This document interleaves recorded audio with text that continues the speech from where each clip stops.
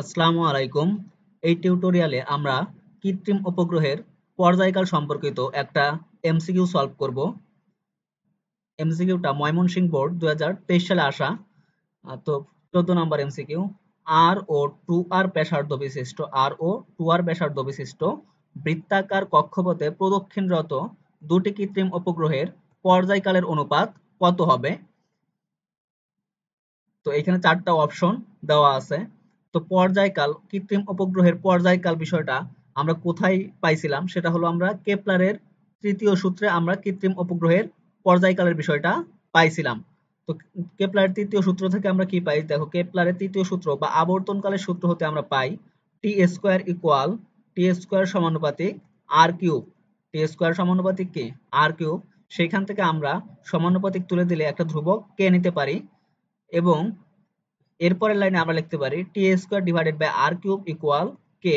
তো সেখান থেকে পরে লেখা যায় টি² ডিভাইডেড বাই আর1 কিউব ইকুয়াল টি² ডিভাইডেড বাই আর2 কিউব ইকুয়াল কনস্ট্যান্ট। তো আমরা এখান থেকে যে এটা লিখতে পারি যে টি² ডিভাইডেড বাই আর1 কিউব ইকুয়াল টি² ডিভাইডেড বাই আর2 কিউব। এটাকে সূত্র হিসেবে মুখস্থ রাখতে হবে। তো এখানে টি1 এর পরিচয় কি? টি1 এর পরিচয় হলো প্রথম গ্রহের পর্যায়কাল, টি2 এর পরিচয় হলো দ্বিতীয় গ্রহের পর্যায়কাল, আর1 এর পরিচয় হলো সূর্য থেকে প্রথম গ্রহের দূরত্ব। আর1 এর পরিচয় কি? সূর্য থেকে প্রথম গ্রহের দূরত্ব। আর2 এর পরিচয় হলো সূর্য থেকে দ্বিতীয় গ্রহের দূরত্ব। তো দেখো, আমরা এই যে এই লাইন থেকে এই যেটা লিখলাম, এই লাইন থেকে আমরা দেখো এখানে টি1² ছিল, আর এই পাশে এই যে এই আর1 কিউবটাকে এইখানে নিয়ে আসা হলো, এবং টি2 অল স্কয়ারটাকে এই যে এখানে নিচে নিয়ে আসা হলো। তো এরপরে আমরা এটাকে অল স্কয়ার করে দিতে পারি, টি1 ডিভাইডেড বাই টি2 অল স্কয়ার করে দিতে পারি, এখানে আর1 ডিভাইডেড বাই আর2 অল কিউব করে দিতে পারি। এখন দেখো এ স্কয়ারটার জন্য এই পাশে স্কয়ারটা তুলে দিলে ডান পাশে গিয়ে স্কয়ার রুট হয়, ডান পাশে গিয়ে কি হয়? স্কয়ার রুট হয়। তাহলে এখানে থাকতেছে আর1 ডিভাইডেড বাই আর2 অল কিউব। তো দেখো আর1 এর ভ্যালু, আর1 এর ভ্যালু কত? আর1 এর ভ্যালু প্রশ্নে কি দেওয়া আছে?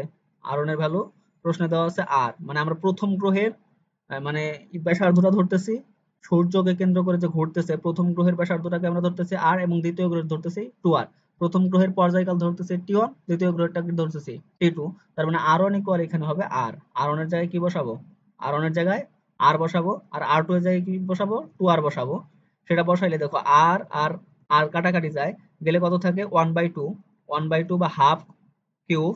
তো হাফ কিউবের 1/2 এর উপর কিউব করলে হয় 1/8। তো সেখান থেকে আমাদের থাকতেছে 1/√8। √8 ইকুয়াল আমরা লিখতে পারবো 2√2। তার মানে থাকতেছে 1/2√2। সেটা থেকে আমরা লিখতে পারি 1:2√2। তাইলে T1:T2 ইকুয়াল 1:2√2। এটা হলো অ্যান্সার। তো এটা কোন অপশনে আছে?